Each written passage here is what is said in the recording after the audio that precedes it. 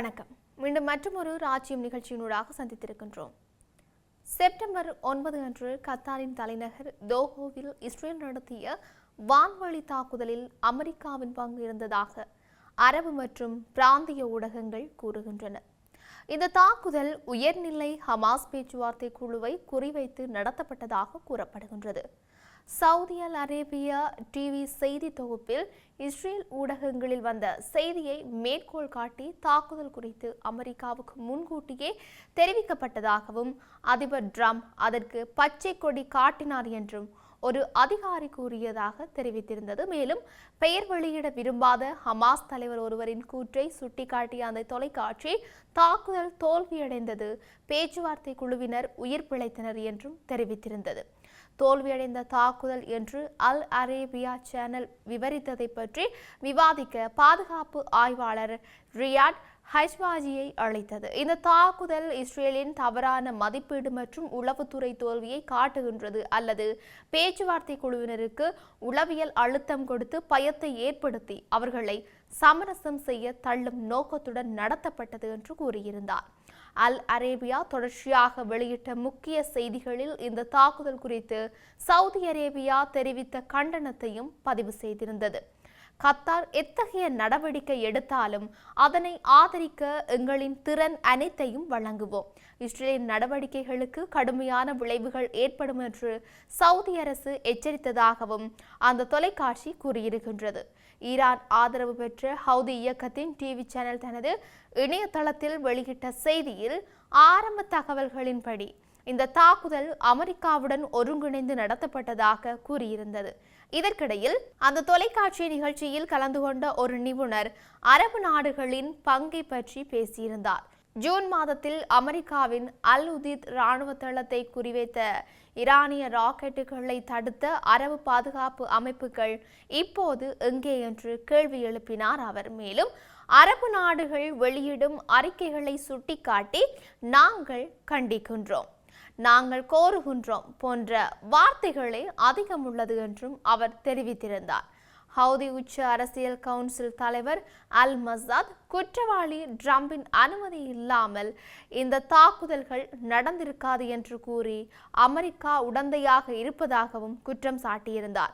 Houthi கட்டுப்பாட்டில் உள்ள செய்தி நிறுவனத்திற்கு அவர் அளித்த பேட்டியில் இஸ்ரேல் இருக்கும் வரை பிராந்தியத்தில் அமைதியோ நிலைத்தன்மையோ இருக்க முடியாது என்பதை இந்த சம்பவம் எந்த சந்தேகமும் இல்லாமல் நிரூபித்துள்ளது என்றும் அவர் தெரிவித்திருக்கின்றார். மேலும் இது அனைத்து அரபு மற்றும் இஸ்லாமிய நாடுகளுக்கும் ஒரு எச்சரிக்கையாக இருக்கின்றது என்றும் தாமதமாகிவிடும் முன்னெச்சரிக்கையாக இருங்கள், சியோனிச அச்சுறுத்தலை எதிர்கொள்ள நாம் ஒன்றுபடாவிட்டால் தோஹோவில் நடந்தது மற்ற நாடுகளில் மீண்டும் மீண்டும் நடக்கும் என்றும் மசாத் எச்சரித்தார். தொடர்ந்து பேசிய அவர், இஸ்லாமியர்களே அமெரிக்காவை நம்பாதீர்கள், அது சியோனியசத்தின் ஆதரவாளரும் பணியாளரும் ஆகும் என்றார். அந்த சேனல் கத்தாரின் மத்தியஸ்தர் பங்கு குறித்து ஒரு நிபுணருடன் விவாதித்தது.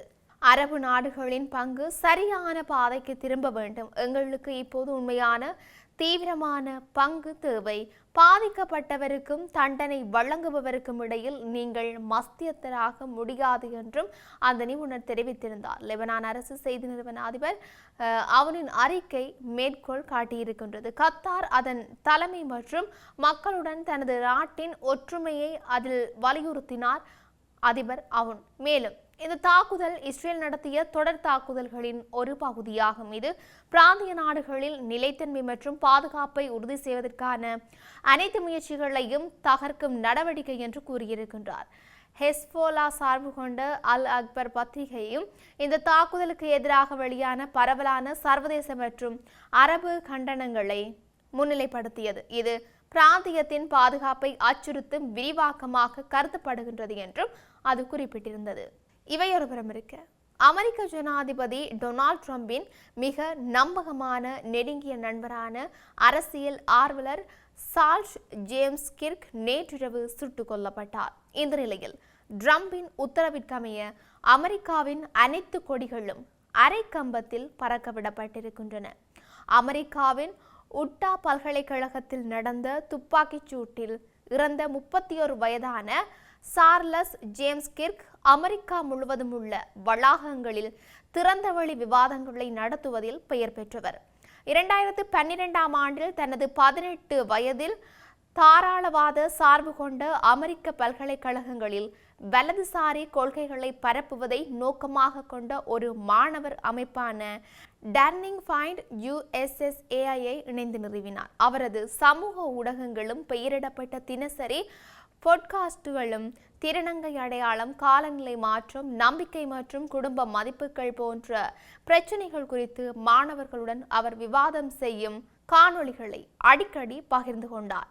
சிகாகோவின் செல்வந்த புறநகர் பகுதியில் வளர்ந்த ஒரு கட்டிட கலைஞரின் மகனான கிர்க் அரசியல் செயற்பாட்டில் தன்னை அர்ப்பணித்துக் கொள்வதற்கு முன்பு சிகாகோவிற்கு அருகிலுள்ள ஒரு சமூக கல்லூரியில் பயின்றார். பின் நவீனத்துவம் போன்ற மறைமுக தலைப்புகளில் மாணவர்கள் மற்றும் கல்வியாளர்களுக்கு வாதங்களுடன் ஈடுபடும் போது தனக்கு கல்லூரி பட்டம் இல்லாததை கிர்க் அடிக்கடி கடுமையாக பேசுவார். நிதி பொறுப்பு, சுதந்திர சந்தைகள் மற்றும் வரையறுக்கப்பட்ட அரசாங்கத்தின் கொள்கைகளை ஊக்குவிக்க மாணவர்களை ஒழுங்கமைப்பதே கிர்க் அமைப்பின் நோக்கமாகும்.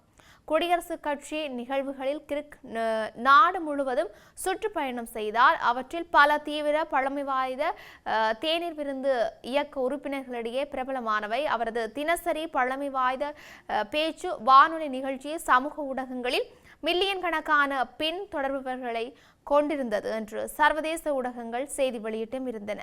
கடந்த ஆண்டின் அமெரிக்க தேர்தலில் ட்ரம்ப் மற்றும் பிற குடியரசுக் கட்சி வேட்பாளர்களுக்கான வாக்கெடுப்பு முயற்சியில் முக்கிய பங்கு வகித்தது. பல்லாயிரக்கணக்கான புதிய வாக்காளர்களை பதிவு செய்வதற்கும் ட்ரம்பிற்காக அரிசோனாவை மாற்றுவதற்கும் மில்லினியல் பரவலாக பாராட்டப்பட்டது. ட்ரம்ப் ஜனாதிபதியாக தேர்ந்தெடுக்கப்பட்டதிலிருந்து ட்ரம்ப் நிர்வாகத்தில் கிர்க் முக்கிய பங்கு ஆற்றி வந்திருக்கின்றார். இந்த நிலையில் தற்போது அவர் சுட்டுக்கொலை செய்யப்பட்டிருப்பது அமெரிக்க நிர்வாகத்திற்கு, குறிப்பாக ட்ரம்பிற்கு பேரிழப்பு என்று தெரிவிக்கப்பட்டிருக்கின்றது. அதேவேளை கிர்க்கின் கொலையில் சம்பந்தப்பட்டதாக ஒருவர் கைது செய்யப்பட்டுள்ளதுடன் அமெரிக்க அதிகாரிகள் தீவிர விசாரணைகளில் ஈடுபட்டும் வருகின்றார்கள். தொடர்ச்சியாக இஸ்ரேலிய பிரதமர் பெஞ்சமின் நெத்தன்யாகு ஹவுதிகளுக்கு கடுமையான எச்சரிக்கை ஒன்றை விடுத்திருக்கின்றார். யூத தேசத்தின் மீது தாக்குதல்களை தொடங்க துணிந்தால் இஸ்ரேல் எதிரி இடங்களை தொடர்ந்து தாக்கும் என்று நெத்தன்யாகு எச்சரித்திருக்கின்றார். செவ்வாய்க்கிழமை இரவு இஸ்ரேலிய விமானப்படை ஹவுதிகளின் பயங்கரவாத மையங்களை குண்டுவீசி தாக்கியதைத் தொடர்ந்து நெத்தன்யாகு மிரட்டல் விடுத்திருக்கின்றார். ஹவுதி இலக்குகளுக்கு எதிரான விமானப்படை நடவடிக்கை குறித்து பேசுகையில், இஸ்ரேல் தொடர்ந்து தாக்கும், இஸ்ரேலை அடிப்பவர் யாராக இருந்தாலும், நம்மை தாக்குபவர் யாராக இருந்தாலும் நாங்கள் அவர்களை அடைவோம் என்று நெதன்யாகு குறிப்பிட்டிருக்கின்றார். 2023 அக்டோபரில் இஸ்ரேல் ஹமாஸ் போர் வெடித்ததிலிருந்து 2350 கிலோமீட்டருக்கும் அதிகமான தூரத்தை கடந்து இந்த தாக்குதல் நடத்தியதாக இஸ்ரேலிய விமானப்படை தெரிவித்திருக்கின்றது.